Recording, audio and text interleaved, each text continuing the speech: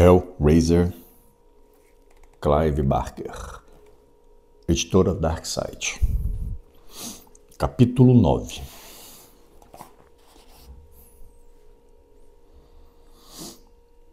A primeira coisa que Kirsty reparou quando chegou na esquina da Lodovico Street no dia seguinte foi que a persiana da janela dianteira superior tinha desaparecido. Em seu lugar, folhas de jornal tinham sido coladas no vidro.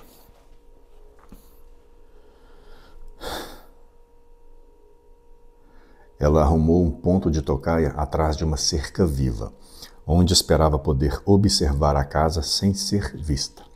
Então, deu início à vigília. A recompensa não veio rápido. Mais de 2 horas se passaram antes que ela visse Júlia deixar a casa e mais 1h30 até que ela retornasse, quando os pés de Kirsty já estavam entorpecidos de frio. Júlia não voltara só.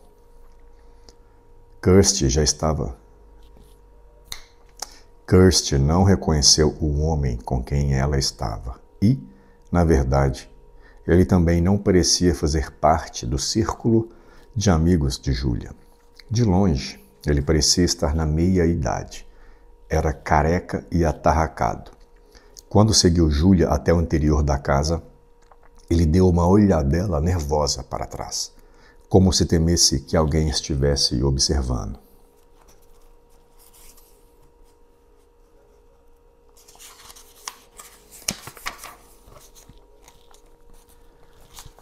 Ela esperou no seu esconderijo por mais meia hora, incerta do que fazer a seguir.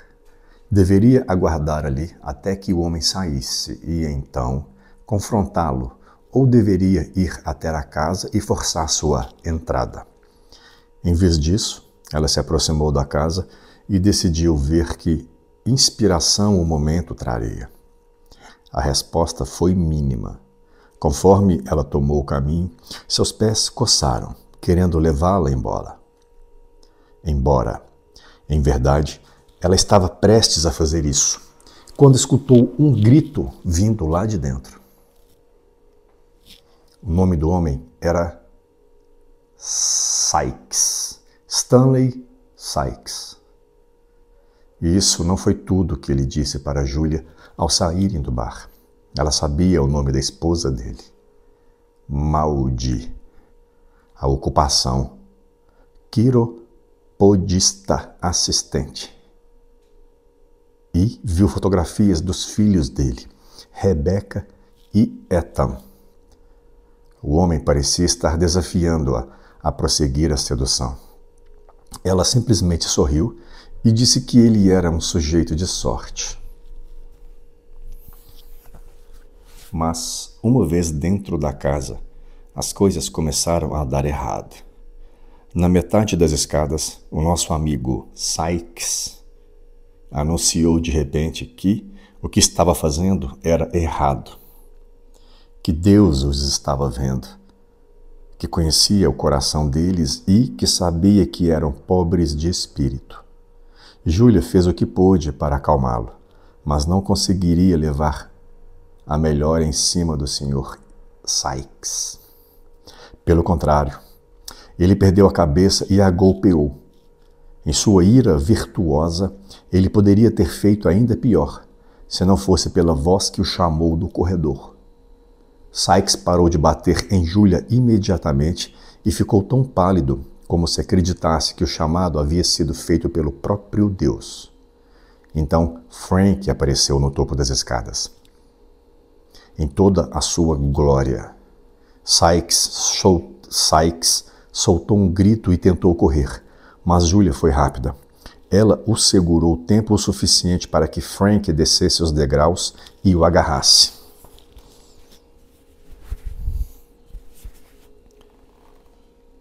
Ela não tinha percebido quanto Frank havia se tornado forte até escutar o estalo dos ossos rompendo quando ele dominou a presa. Sem sombra de dúvida, mais forte que um homem normal. Ao toque de Frank, Sykes voltou a gritar. Para silenciá-lo, Frank arrancou sua mandíbula. O segundo grito que Kirsty escutou terminara de forma abrupta, mas ela percebera pânico suficiente no som para ir até a porta e quase bater. Somente então pensou melhor na questão. Em vez disso, decidiu contornar a casa, duvidando a cada passo que dava se aquela era uma boa ideia, mas igualmente certa de que um ataque frontal não a levaria a lugar algum. O portão que dava acesso ao jardim nos fundos estava sem cadeado. Ela o atravessou, os ouvidos sensíveis a qualquer som, especialmente o dos próprios pés. Não escutou nada na casa, nem mesmo um gemido. Deixando o portão aberto para o caso de precisar fazer uma retirada rápida, foi até a porta dos fundos. Estava destrancada. Dessa vez, Kirsty permitiu que a dúvida atrasasse seus passos. Talvez ela devesse telefonar para Rory e pedir que ele voltasse para casa. Mas quando ele chegasse, o que quer que esteja ocorrendo ali dentro já poderia ter acabado, e ela sabia muito bem que, a não ser que Julia fosse apanhada com a mão na massa, daria um jeito de escapar das acusações. Não, aquela era a única maneira. Kirsty entrou. A casa estava totalmente silenciosa. Não havia nem sequer um som de passos para ajudá-la a localizar os atores que viera assistir. Ela andou até a porta da cozinha e, dali, para a sala de estar. Seu estômago se contorceu. A garganta ficou subitamente tão seca que ela mal podia engolir.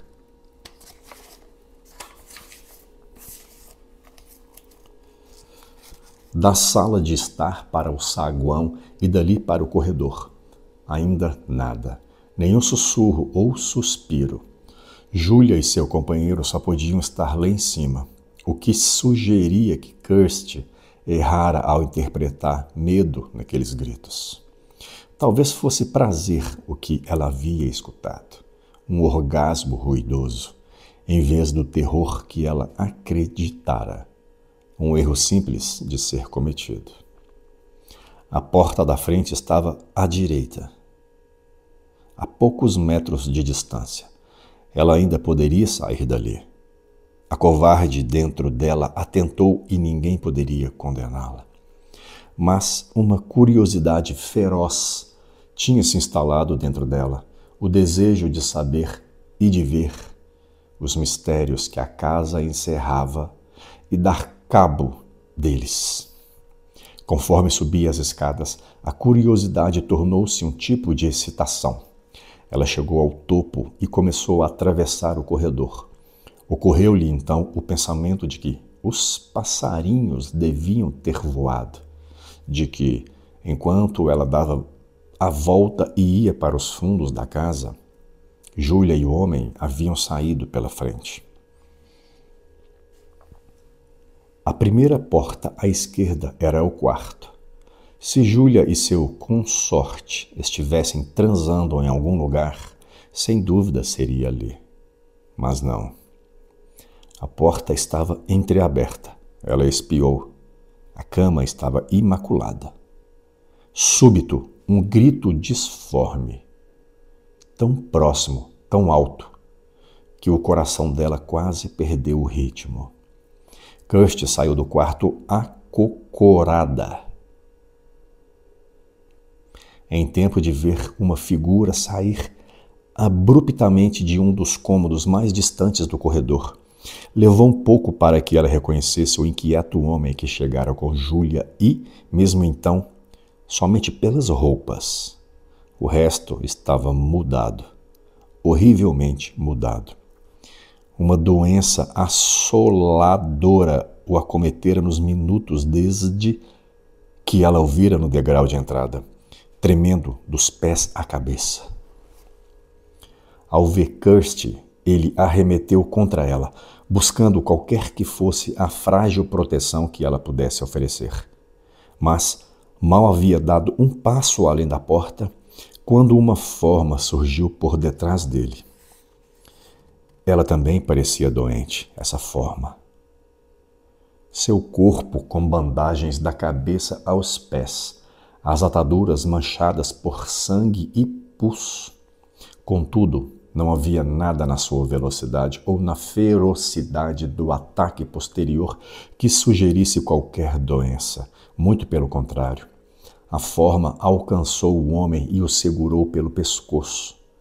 Kirsty deixou um grito escapar quando o captor arrastou a presa de volta aos seus braços. A vítima protestou o mínimo que sua face deslocada permitiu. Então, o antagonista apertou a pegada. O corpo tremeu e se contorceu.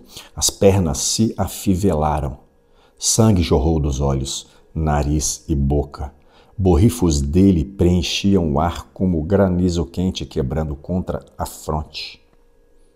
A sensação a arrancou da inércia. Aquela não era a hora de esperar e observar. Kirsty correu. O monstro da bandana não a perseguiu. O monstro das bandagens não a perseguiu. Ela alcançou o topo das escadas sem ser apanhada, mas, quando os pés dela começaram a descer, ele falou com ela. Sua voz era familiar. Aí está você. A coisa disse num tom comovido, como se a conhecesse. Aí está você. Kirsty parou. Kirsty, disse a coisa. Kirsty, espere um pouco. A cabeça dela mandou que corresse, mas sua coragem desafiou a sabedoria. Ela queria lembrar-se de quem era aquela voz. Julgou que ainda poderia empreender uma boa fuga. Tinha uma vantagem de 8 metros. Olhou para a figura. O corpo nos braços dela tinha se encurvado em posição fetal, as pernas contra o peito. A fera o largou.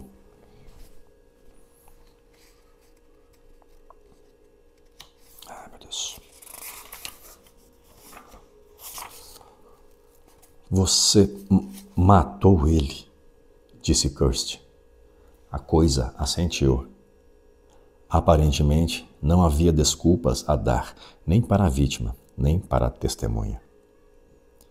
Choraremos por ele depois, a coisa refletiu, dando um passo na direção dela. Onde está Júlia? Inquiriu Kirsty. Não se irrite, está tudo bem, disse a voz. Kirsty estava prestes a se lembrar de quem era. Enquanto ela quebrava a cabeça, a coisa deu mais um passo. Uma mão encostada na parede, como se o seu equilíbrio ainda estivesse incerto. Eu vi você. A coisa prosseguiu. Eu vi você e acredito que você me viu na janela. A mística aumentou. Será que aquela coisa estava na casa há tanto tempo? Se sim, com certeza Rory devia... Então ela reconheceu a voz. Sim, você se lembra, a coisa falou. Posso ver que se lembra. Era a voz de Rory, ou melhor, uma aproximação da voz dele, mais gutural, mais autocentrada, mas a semelhança era suficiente para manter Kirsty plantada no lugar, enquanto a fera cambaleava em sua direção até entrar numa distância em que poderia agarrá-la. Enfim, ela abjurou seu fascínio e virou-se para fugir. Kirsty, mas a causa já estava perdida. Ela escutou as passadas próximas e sentiu os dedos se fecharem no pescoço. Um grito chegou aos seus lábios, mas ele mal se pronunciara antes que a coisa fechasse a palma enrugada no rosto dela, impedindo de uma vez só o grito e a respiração. A coisa atirou do chão pelas costas. Kirsty se debateu, em vão contra o aperto. As pequenas feridas que seus dedos causaram no corpo, rasgando bandagens e cavando a carne crua sob elas, pareceu deixar a coisa totalmente inerte. Por um momento horrendo, seus calcanhares tocaram o cadáver no chão. E, a seguir, ela se viu sendo arrastada para o cômodo de onde o vivo e o morto haviam saído. Ele fedia a leite azedo e carne fresca. Ao ser jogada no chão, Kirsty sentiu o assoalho úmido e quente.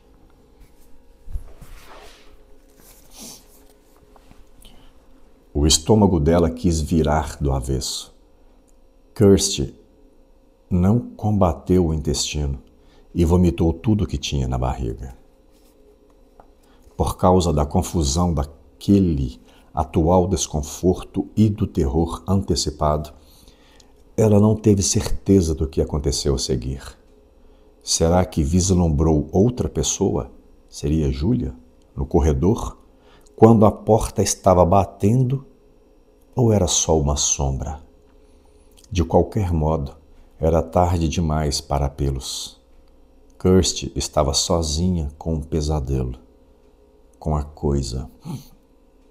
Limpando a bile da boca, se pôs de pé. A luz do dia perfurava os jornais na janela aqui e ali, salpicando o quarto como raios de sol através de galhos. E, por este pastoril, a coisa veio farejando em sua direção. Vem para o papai, a coisa disse. Nos seus 26 anos, Kirsty jamais escutara convite mais fácil de ser recusado. Não toque em mim, ela gritou. A fera empertigou um pouco a cabeça, como se estivesse encantada com aquela demonstração de propriedade.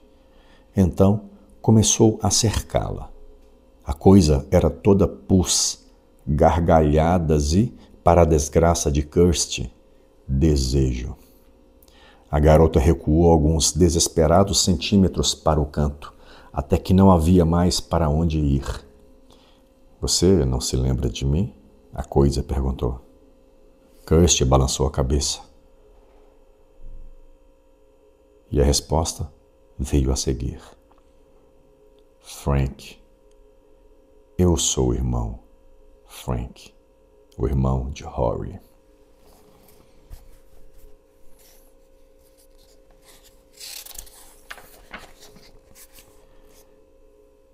Kirsty encontrara Frank uma única vez, na Alexandra Road.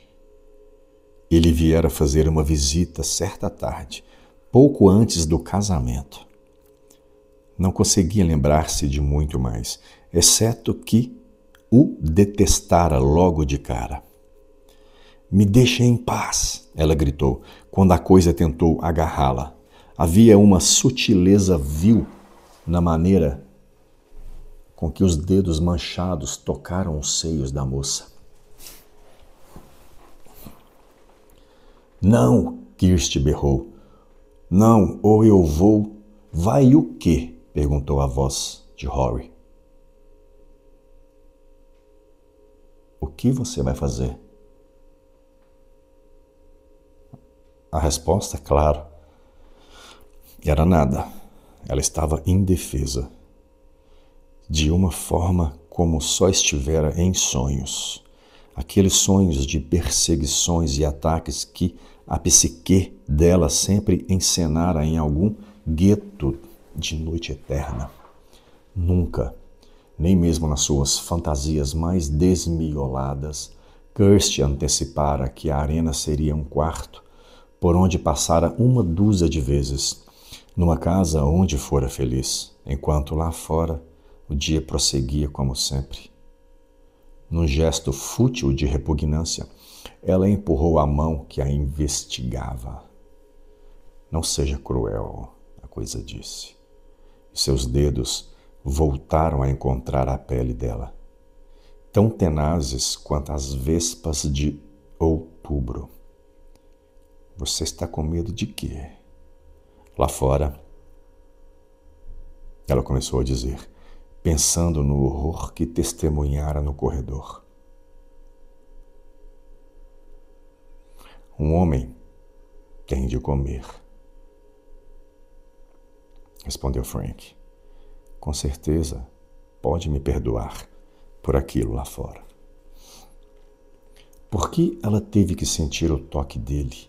Kirsty se perguntou.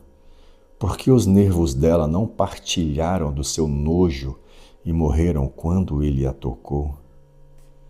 Isto não está acontecendo, murmurou para si própria, mas a coisa apenas riu. Eu costumava dizer isto para mim mesmo, ele falou. Todo santo dia. Costumava tentar sonhar para espantar a agonia, mas não é possível. Acredite em mim, não dá. A agonia tem de ser sentida. Ela sabia que ele dizia a verdade, o tipo de verdade repugnante que somente os monstros têm liberdade para contar. Ele não tinha necessidade de lisonjear ou adular. Não tinha filosofia para debater ou um sermão a dar. A horrível nudez era um tipo de sofisticação. Ele superara as mentiras da fé e adentrara reinos mais puros.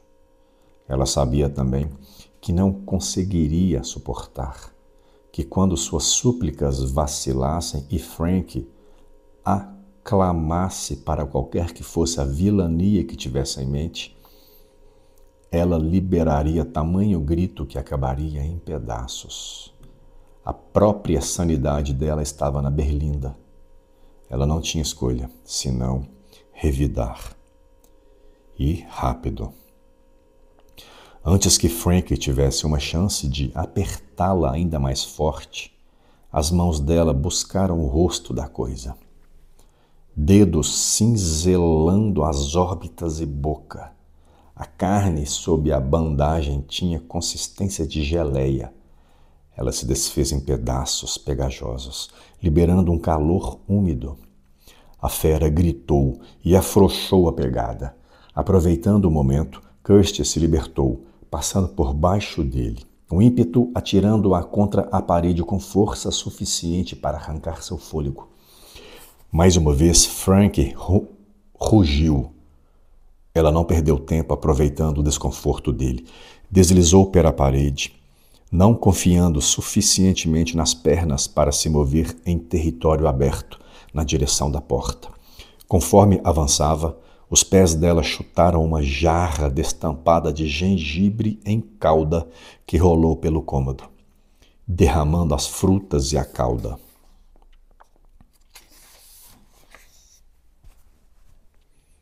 Frank voltou-se para ela, as bandagens no seu rosto pendurada em laços escarlates onde Kirsty rasgara. Em vários locais, o osso estava exposto. Ele passou a mão sobre as feridas, emitindo rugidos de horror enquanto buscava medir o grau das mutilações. Ela o tinha cegado? Kirsty não sabia ao certo. Mesmo que o tivesse, era só uma questão de tempo até que ele a encontrasse no pequeno quarto e, quando o fizesse, sua ira não teria limites. Ela tinha de chegar até a porta antes que ele se reorientasse. Vã esperança! Ela não teve sequer um instante para dar um passo, antes que ele tirasse as mãos do rosto e examinasse o cômodo. Ele a viu, não havia dúvida. Um instante depois, investiu contra ela com violência redobrada. Aos pés dela havia um monte de itens domésticos acumulados. O objeto mais pesado entre eles era uma caixa lisa. Ela abaixou e o apanhou. Assim que ficou de pé, a coisa já estava sobre ela. Kirsty deu um berro de resistência e tentou dar um soco nele segurando a caixa. O golpe acertou em cheio, ossos se partiram. A fera cambaleou para trás e ela correu para a porta. Mas antes que a alcançasse, a sombra tornou a agarrá-la, arrastando-a mais uma vez ao longo do quarto. A coisa estava furiosa. Desta vez, Frank não tinha intenção alguma, senão o assassínio. Os golpes dele tensionavam matar, e o fato de não o terem feito se deve mais à velocidade da garota do que à imprecisão da fúria dele. Apesar disso, um de cada 3 golpes a acertava. Rasgos se abriram no rosto e peitoral dela. Kirsty tentava não desmaiar. Conforme sucumbia ao ataque, ela tornou a se lembrar da arma que encontrara. A caixa ainda estava em suas mãos. Ela levantou para dar outro golpe, mas assim que Frank pôs os olhos no objeto, seu ataque cessou abruptamente. Houve uma trégua ofegante na qual Kirsty teve chance de se perguntar se a morte não seria mais fácil do que continuar lutando. Então Frank ergueu o braço para ela, desenrolou o punho e disse: "Dê isso para mim." Parecia que a coisa queria o objeto, mas Kirsty não tinha intenção de abrir mão da única arma que possuía. "Não," ela respondeu. Ele repetiu a exigência e havia uma distintiva ansiedade em seu tom. Parecia que a caixa era preciosa demais para que ele arriscasse tomá-la à força. "Última chance," Frank disse. "Me dê a caixa. Aí eu a matarei depois." Ela pesou as chances. O que tinha a perder? "Peça, por favor," ela disse. Ele olhou-a de forma interrogativa. Um grunhido suave na garganta. Então, educado como uma criança calculista, Frank disse: "Por favor." O pedido foi a deixa. Kirsty arremessou a caixa pela janela com toda a força que seu braço trêmulo possuía. O objeto passou pela cabeça de Frank, quebrou o vidro e desapareceu da vista. "Não!" ele berrou. E no segundo estava na janela. "Não, não, não, não, não!" Kirsty correu para a porta, as pernas ameaçando falhar a cada passo. A seguir, ganhou o corredor. As escadas quase a derrotaram, mas ela se agarrou ao corrimão como um idoso e conseguiu chegar ao saguão sem cair. Lá em cima, escutou novos ruídos. Ele voltara a chamá-la, mas dessa vez ela não seria pega. Correu pelo saguão até a porta de entrada e a abriu. O dia ficara mais claro desde que havia entrado na casa. Um clarão desafiador de luz do sol, antes que a noite caísse. Fechando os olhos por causa do brilho, ela começou a descer os degraus. Havia cacos de vidro sob seus pés e, entre eles, sua arma.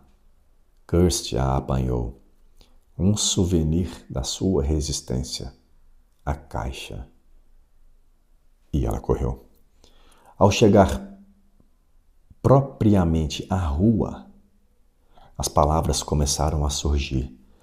Um balbucio sem sentido, fragmentos das coisas que vira e sentira. Mas a Lodovico Street estava deserta. Então ela começou a correr e continuou correndo até ter colocado uma boa distância entre si e a fera das bandagens. Posteriormente, enquanto vagava por alguma rua que não reconhecia, alguém perguntou a ela se precisava de ajuda. A pequena gentileza a derrotou, pois o esforço de emitir alguma resposta coerente à pergunta era demasiado e a mente dela, exausta, perdeu a aderência à luz. Fim do capítulo 9. Esse capítulo foi bom. Esse eu gosto. Aqui a gente vê a Kirsty, até que enfim fazendo alguma coisa que presta. E que foi lutando com o Frank, né? Ela pegou a caixa, né? Essa cena tem no filme, né? Ela pega a caixa, joga pela janela e aí fica doidona, dá o tempo dela fugir, ela pega a caixa na rua e começa a andar, ela desmaia. Desmaia e acorda. Uma freira pega ela, se não me engano, no filme. Aqui vamos ver, né? Quem que pediu ajuda, quem que apareceu fornecendo ajuda a ela. Tá acabando, ó. Só mais. Ó, tá acabando mesmo, só mais um capítulo, 2. Vamos aproveitar ele de uma vez então.